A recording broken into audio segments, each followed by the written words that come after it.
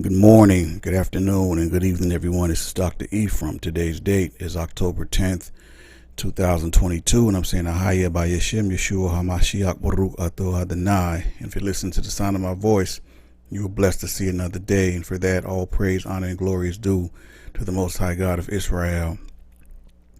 All right, today we're going to get into the Tribe of Ephraim, okay? The Tribe of Ephraim, and as a matter of fact, there's another lesson I have involving the Puerto Ricans I'm going to do that's tied in kind of to this lesson, but I didn't want to make it like one big video because I know sometimes the attention span could be a thing or whatever, so I got to break it up. But the Puerto Ricans and your Yorubas are tied in with the Tribe of Ephraim too. I'm going to do a separate lesson for that. So, but today, because see, what a lot of detractors, my people and sojourners of Israel don't realize why they're trying to detract from the DNA is that the DNA literally proves the Bible. It does. DNA, especially the DNA of the children of Israel, the DNA of the so-called Negro, right? It's infallible. It is straight up infallible and irrefutable. You know, now you got some people who just don't want to believe that, you know, or whatever the case may be, and that's their thing, you know. But the truth is the truth, and the truth stands alone. It doesn't matter if a million people don't believe it. The truth is still going to be the truth. So, you know, I'm going to really get into, because I think sometimes it's lost on many of us, you know, that the tribe of Ephraim and the kingdom of Ephraim are somewhat exclusive of each other, right? Because the house of Israel is Ephraim. That's the so-called 10 lost tribes. But the tribe of Ephraim, as far as from the loins of Ephraim, so that's a different thing. And so I'm going to break down the story of the Ephraimites that went over from the northern Muslims, ran off because they was trying to convert them to be Muslims, and they was like, nah, we good. And they, you know, migrated over to to West Africa.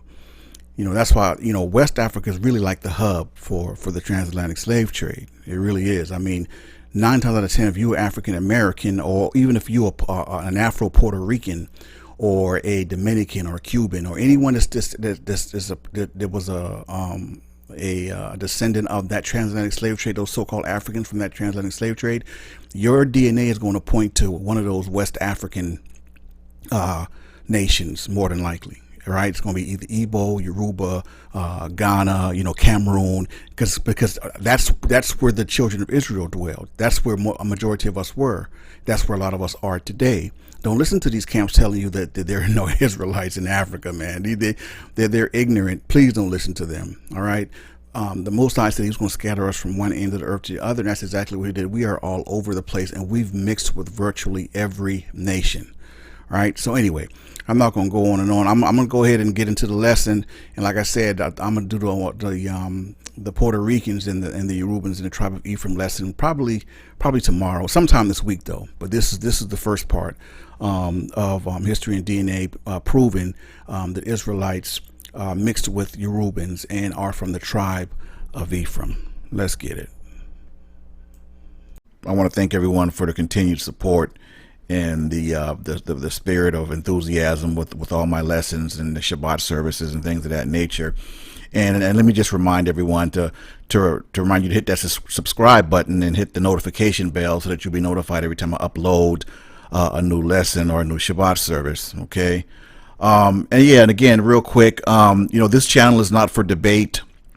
If anyone comes to this channel in the wrong spirit or in the spirit of trying to debate anything or whatever like that, I'm not going to engage you. And if you come disrespectfully, you know, you're not going to be a part of our community. As simple as that.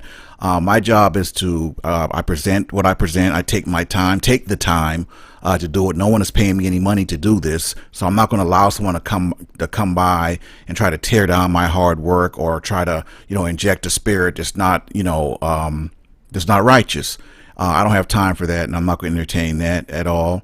You know, I'm presenting what I'm presenting. You know, you take what you take from it or not, and that's fine. But nothing I post is up for debate, quote unquote.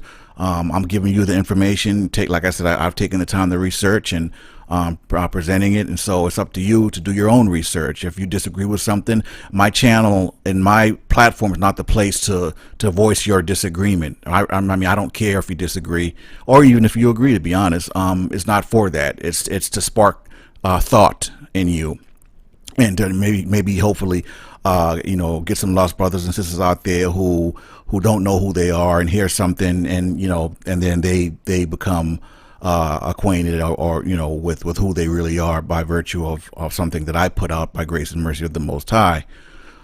So, and I'm not saying that to be mean or facetious or, but it's just what it is. I put in a lot of time and effort, with these videos. You understand what I'm saying? The old saying, time is money. I mean, this is definitely a labor of love. Again, no one's paying me to do any of this, and it takes a lot of time and effort sometimes to put these presentations together, and that's fine. My ultimately, the Most High, my blessings come from Him, right? And so, it's all good, but I want to let that be known. Okay, no one's going to come by here and just try to tear down, my hard work and effort, and if you're coming with a spirit of contention, you won't be a member of this community. So that's that. Today's lesson is going to be a really, really good one. I'm going to go really, really in depth with the lost tribe of Ephraim, being mostly Yorubans today, right? Now here's the thing. I want to establish that a lot of times, I think sometimes there's a couple things with Ephraim. I'm gonna address this from a couple different aspects. I think many times, when we say the lost tribe of Ephraim, we think, Ephraim, the man, right? But see, Ephraim is the house of Israel is called Ephraim. In other words, the northern kingdom, right? So I think sometimes we forget about the other 9 tribes of Ephraim, right? Because we get so focused on Ephraim, but I think that was important to note, right? So, but I'm going to address and talk about the tribe of Ephraim, not the northern kingdom. That's a bit more complex, but the tribe of Ephraim and how we have oral tradition and oral history and in effect, the Torah and genetics that all point to the fact that the children of Ephraim ended up in Yoruba. Now, that being said, unlike the Igbos, a lot of Yorubans don't agree with that, or they don't accept that, right? And that's fine. A lot of so-called African Americans don't accept it, so they're not any different. That's not anything new there, right? But I'm going to present, and we're going to really get in depth into how we know that the tribe of Ephraim are actually admixed with the Yorubans, right? And I went over that story a couple times. One with my my personal testimony, and a couple times here and there, but I never really went in depth with it. And in other words, pull the scale back and let's really look at why and how we know that. See, because me personally, a lot of it makes sense, right? See, one thing I've never shared with you all. I know I kind of mentioned and talked about us having gifts, and we all have different measures of the gifts, and the gift of wisdom comes from the Most High and all that, right? But what I've never shared with you all, if I've always operated in the gift of being able to interpret dreams. I've never shared that with any of you. But yes, the thing about that gift is I never know when it's going to operate. I just don't. It's like when someone gives me a dream, literally as they're telling me, it's like the Most High is revealing to me what the dream means. And I'm able to tell them immediately what the dream means. But many times I can't. That doesn't happen. So I'm not the type to pretend or act like, oh yeah, like a lot of these fake prophets and these false prophets out here faking and lying. But I had that gift, and the reason why I'm sharing that with you all now is because me having that gift, it never meant anything to me. I never gave it much thought until I came into the knowledge of who I am as an Israelite from the tribe of Ephraim, right? So where am I going with this? Well, as you all know, or may not know, or maybe have forgotten, my forefather Joseph, right? He also had that gift. Right? Remember, Ephraim is his son. I'm from the tribe of Ephraim. It makes sense to me. It makes total sense to me. Like, wow. And another thing, so I want to say that real quick. And I never thought of that. Like I said before, I found out the truth of who I am. I never thought to put the two together. I'm from Joseph's seed. I have the ability to interpret dreams just as he did. This narrative, I want to dispel this narrative that the Most High, that Ephraim was cut off, or Ephraim was disfellowship, whatever the case may be. Nothing could be further from the truth. Again, Judah was no different from Ephraim, no better. Okay, last I checked, Judah was guilty of the same things Ephraim was. Okay, and I say this a million times: whom the Most High loves, he corrects. The Most High, and I'm going to talk about this, the Most High loves Ephraim. Ephraim is highly favored with the Most High. Don't get it twisted. And if you don't believe me, Yeshua HaMashiach himself told you, I am not sent but to the house of Israel. House of Israel, i.e. Ephraim. That's the precept on the Most High loving and having mercy on Ephraim. He sent his son for him. Right? So knock it off with that. So anyway, we're going to get into it. I don't know how long it's going to be, but this is going to be a really good one. We're going to really get into it. The tribe of Ephraim, admixing with the Yoruban, the Africanic Hamites, the Yorubans. Let's get it. And here we go. And just as I've said in the past, this Jeremiah 31:20 is the Most High in first person, meaning this is coming from him directly. No second hand, not what he told someone to say. This is from him. And when the Most High speaks, especially in first person, that's it. There's no wisdom, no understanding, no counsel against the Lord. And so he dispels this narrative himself when he tells you, it's Ephraim, my dear son. Is he my darling child? For as often as I speak against him, I do remember him still. And therefore my heart yearns for him. I will surely have mercy on him, declares the Lord. So, listen, I told you this, I personally, I feel this, right? I feel he feels the same way about me. If any of you have listened to my personal testimony about me being protected, being hit by a car, almost drowning, like no evil, nothing ever happened to me. I felt like I was protected always. I went through all these different things. I had all this visitation from Yeshua HaMashiach himself. The angel Michael, the archangel Michael came to me. All these different things I shared with you all. And I feel that way. I feel protected. I feel favored. I feel loved by the Most High. That's why I don't care what anyone says or think about me. I know who I am. Right, and I say that in the spirit of all humility. This scripture and verse, when he's talking about Ephraim, it's like I feel these words. These words speak to my soul, and the fact that he showed me that I am from Ephraim, it makes all the sense in the world to me.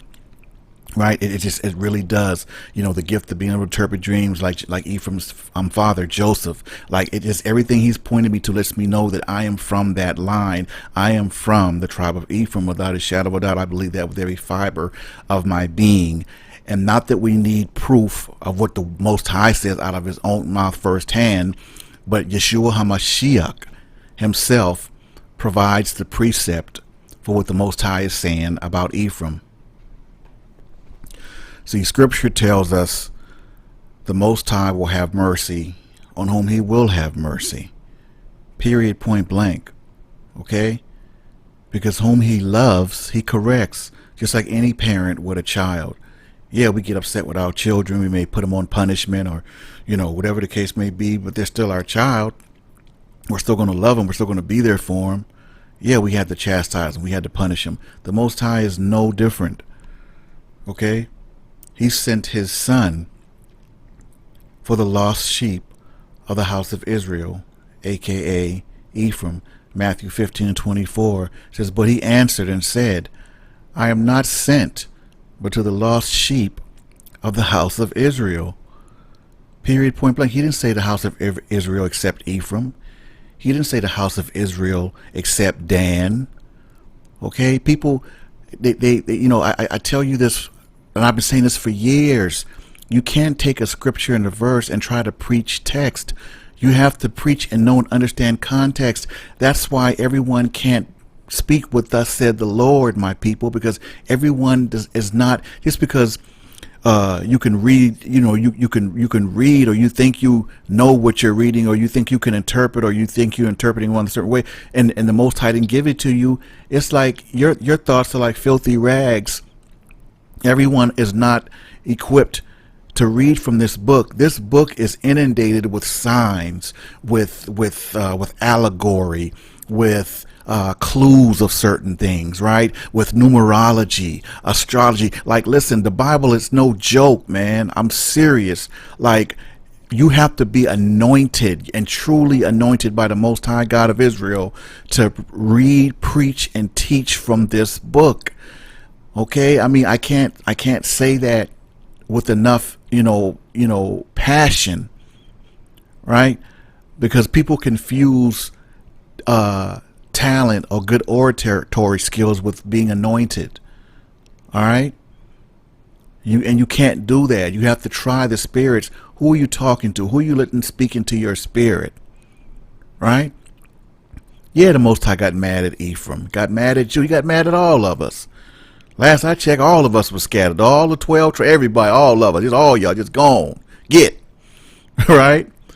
But we are still his people. And he is still our God. Or rather, the majority of us know it or not. And that's why I take great pride and enthusiasm in doing these lessons.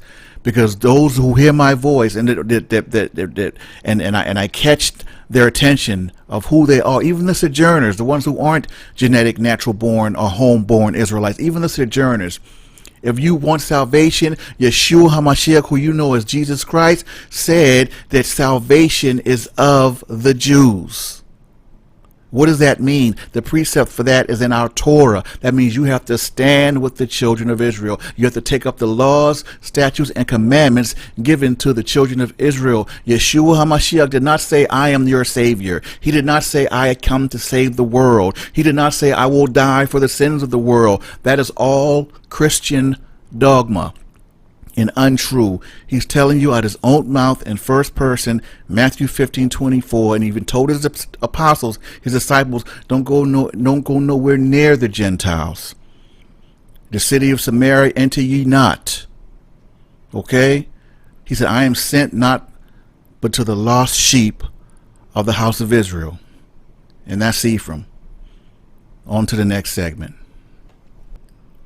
Okay, before I even get to the tribe of Ephraim and them ending up in Morocco, which history states and oral history also states, and we have evidence of that by virtue of the languages they spoke when they got to Yoruba. We get on that a little bit later.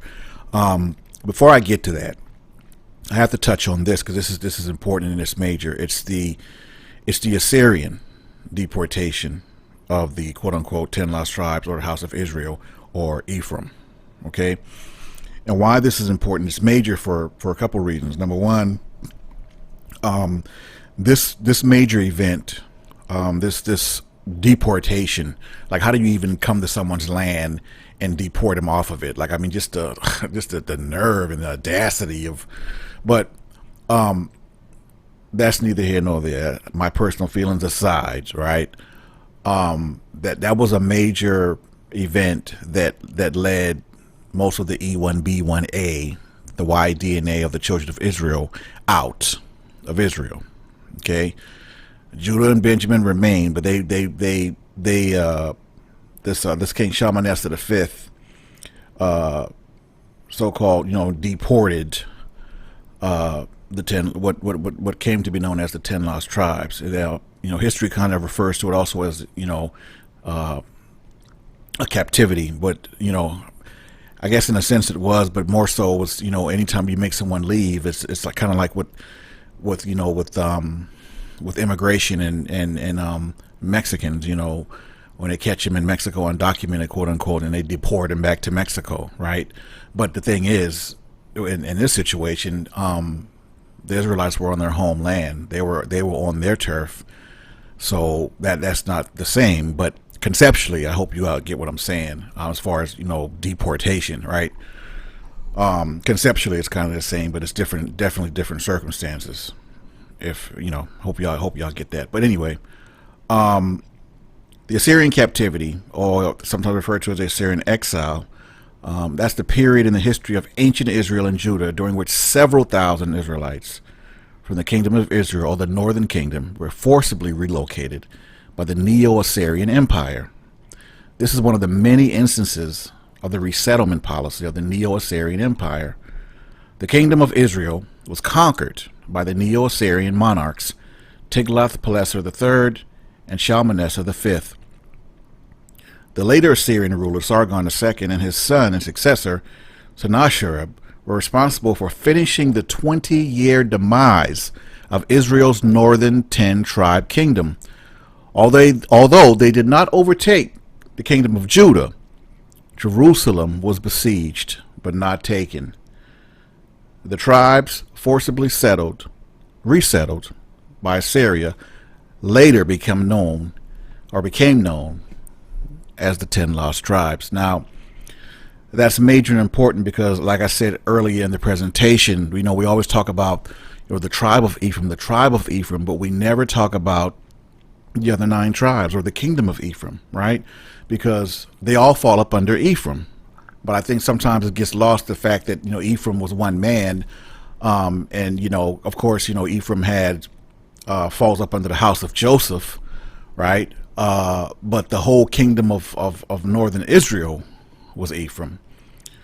And so the Bible says the captivities began approximately 740 BCE, and said the God of Israel, the Most High, stirred up the spirit of Pul, king of Assyria, and the spirit of Tiglath-Pileser, the king of Assyria, and he carried them away, even the Reubenites, the Gadites, right, half of the tribe of Manasseh, and brought them unto Halah, Habor, Hada, and the river goes on until this day. Now that's telling you, the Bible is telling us where they were. A lot of them were dropped off at. That's key. Okay. It says, in the days of Pekah, king of Israel, came Tiglath-Pileser, king of Assyria, and he took Johan and Abel, Beth Makkah, and Janoah, and Kadesh, and Hazor, and Jalid, Gali, all the land of Naphtali, and carried them captive to Assyria. All right. In 722 BCE, 10 to 20 years after the initial deportations, the ruling city of the northern kingdom of Israel, Samaria, was finally taken by Sargon II after a 3-year siege started by Shalmaneser V. Against them came up Shalmaneser, king of Assyria, and Hoshea became his servant and gave him presents. Now, who was noticeably absent from the tribes that was named at the aforementioned? Ephraim. Ephraim was noticeably absent, right? So this leads me into the next segment, right? Like how Ephraim, a lot of us ended up in Morocco, which is North Africa, right? How do we end there? What happened? Well, it's the second major event, and the event that kind of ended it all.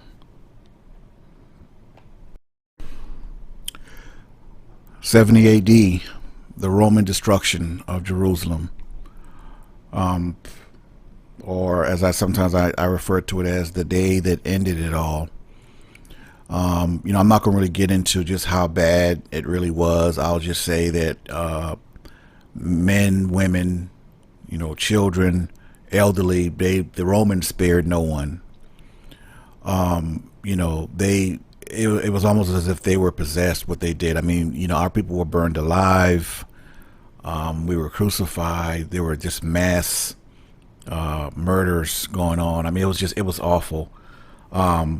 But Flavius Josephus, and I mention him here and there quite often, but he has a book called The Complete Works of Flavius Josephus. He's actually one of us. He's an Israelite.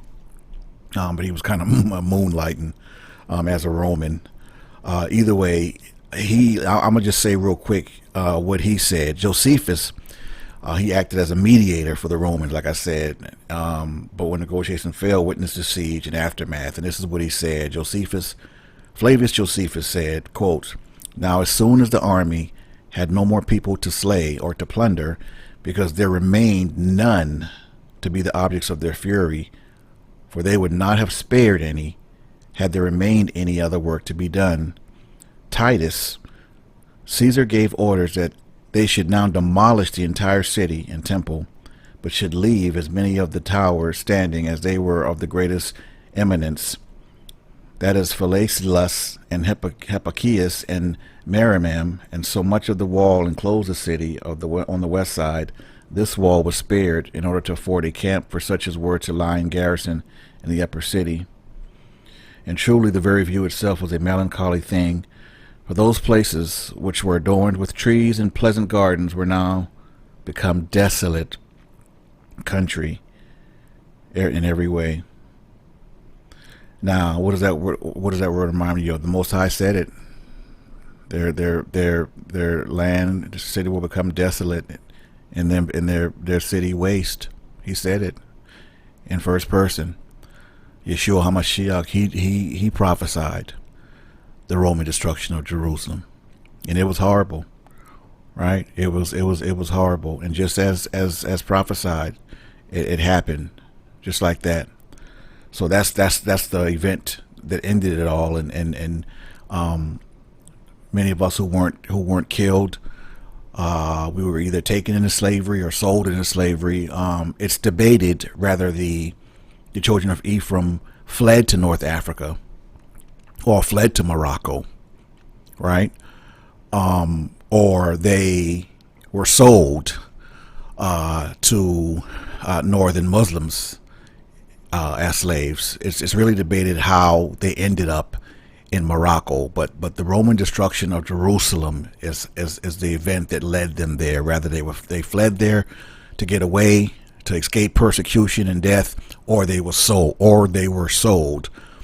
into slavery there. One way, however they got there, that's the event that led them to Morocco, right? So now the point being, and history and oral history backs that, right? But the point being, when they were in Morocco, something happened, clearly, because they had to fled Morocco. And again, that speaks to prophecy about the foot having, no rest, and our foot should have no rest, and everything the Most High said that was going to happen to us, it happened, and it's happening now, right? This is where they say we went from locality to locality, and our foot had no rest. Well, the oral tradition is that they were trying to force our people into slavery, right? In Morocco, that is, the northern Muslims, and our people refused, and rather than to take up the religion of Islam, they was like, thanks, no thanks, and they fled Morocco. All right, now that's the oral tradition. That's what's been passed down. That's what's been accepted as our oral history, right?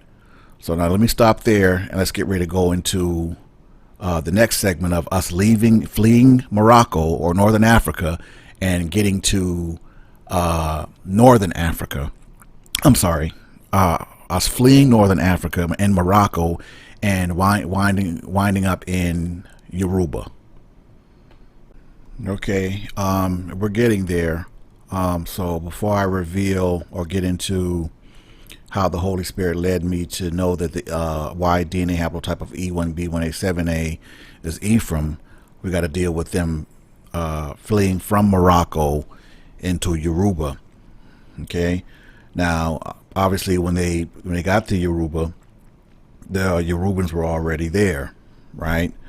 So as the oral tradition has it that allegedly the father, quote unquote, of the Yoruba people, Oduduwa, traveled with Gad's sons, Eri, Areli, and Arodi from northern Africa, right?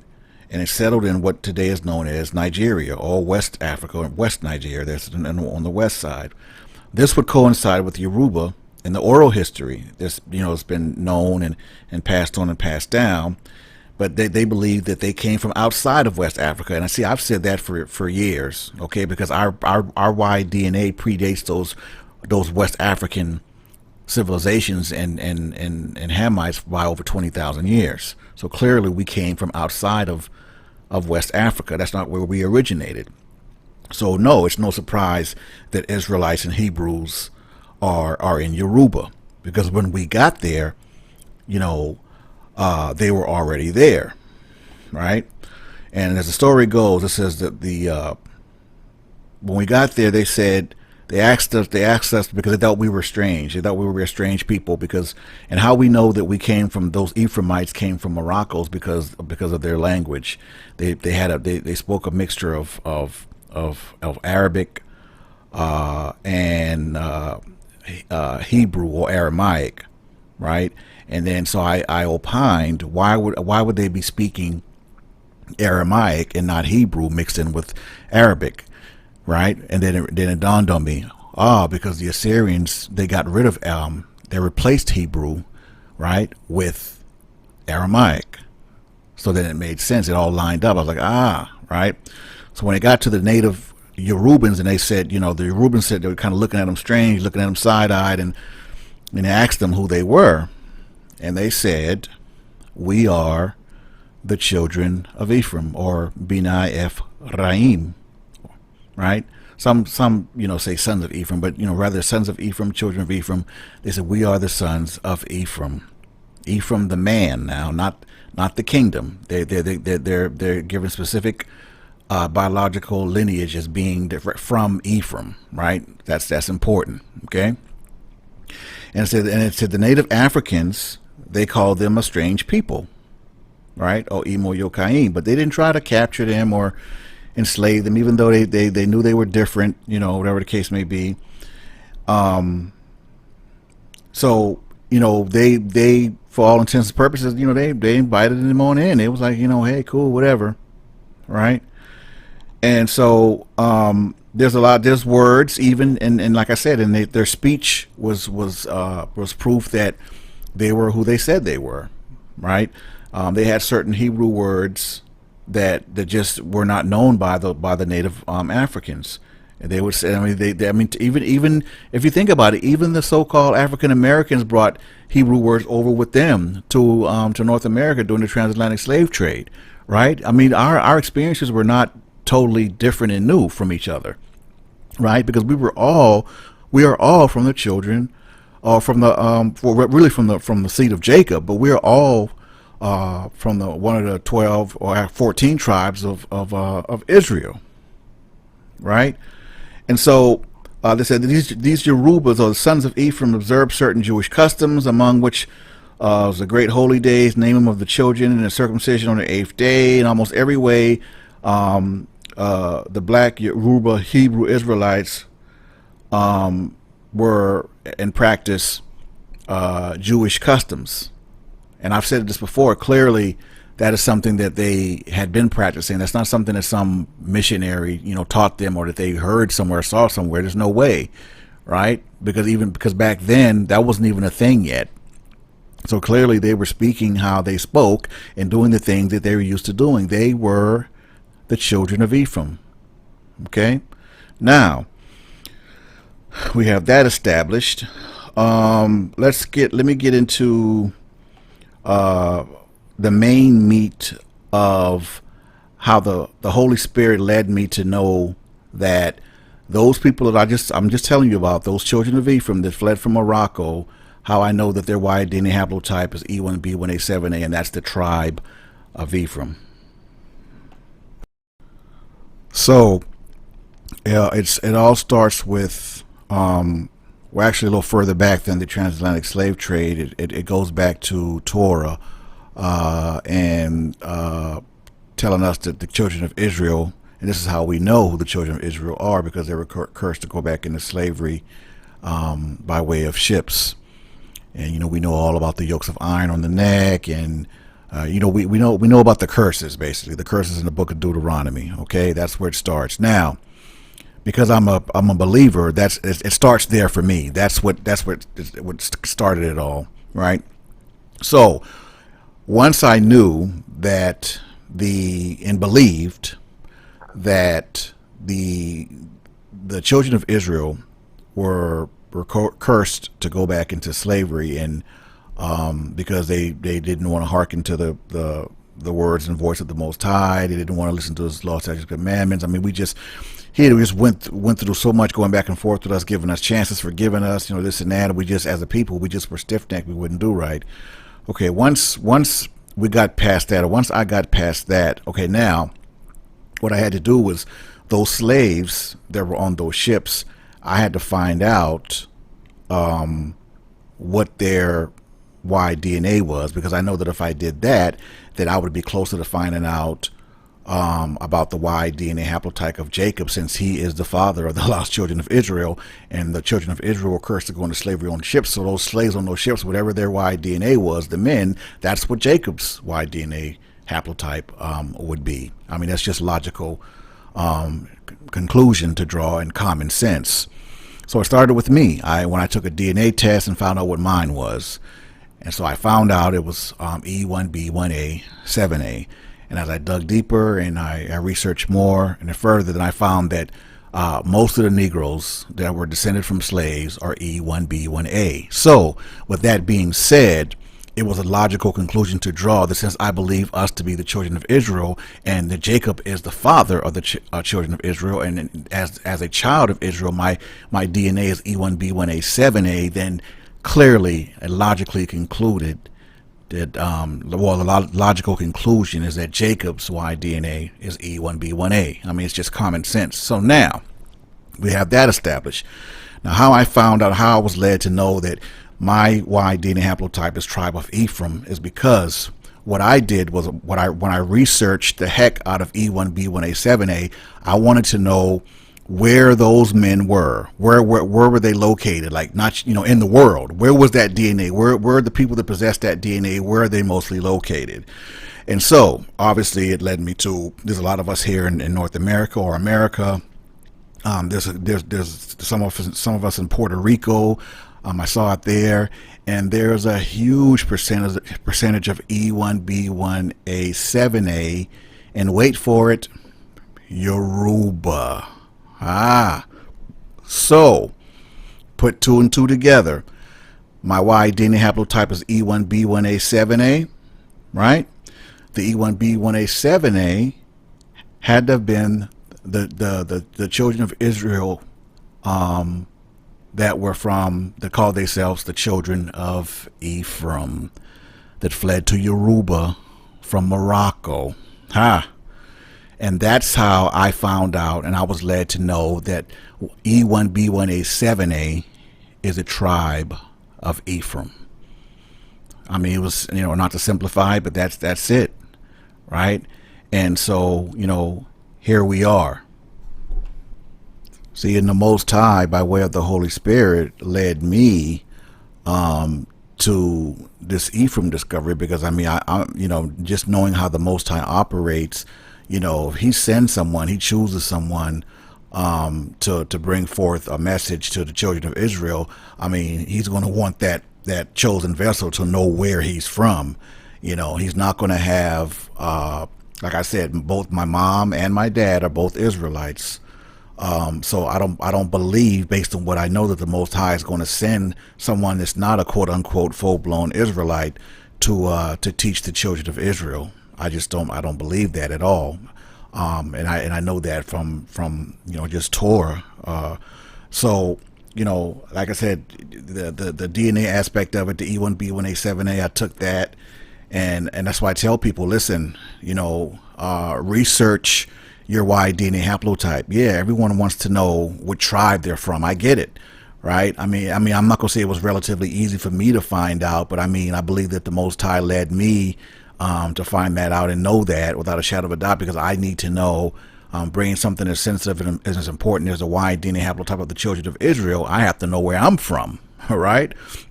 So, and we know that the Most High does things decently and in order. And again, you can see here another example of a E1B1A7A Yoruba, right? I mean, that's, we're Ephraim, all right? We're Ephraim, straight up, So, that being said, a lot of what we're going through as a people has been going on long before we've been in North America. The so-called black on black crime, the Igbos versus the Yorubas, the Dominicans versus the Haitians. I mean, you just look at it historically, man, we've been at each other's throats, fighting each other. And, I know the narrative we like to paint is that the slave master taught us how to hate each other, in which, I mean, I'm not going to say they didn't play a part in it once we got over here to North America and all over transatlantic. However, our conflicts have been going on long before the transatlantic, and that's just the honest to God's truth. I mean, basically, I did a lesson on this. What we're experiencing as a people is basically Ephraim versus Judah. That's what's going on with us. That's what's happening. Okay, that's all it is. It ain't no black on black crime. It's Ephraim versus Judah. Right? But see, the Most High says, and I believe the Most High, and I believe Scripture, and it says that, see, that day is going to come. It may not seem like it, but we're going to get back together. We're going to become one. This too shall pass.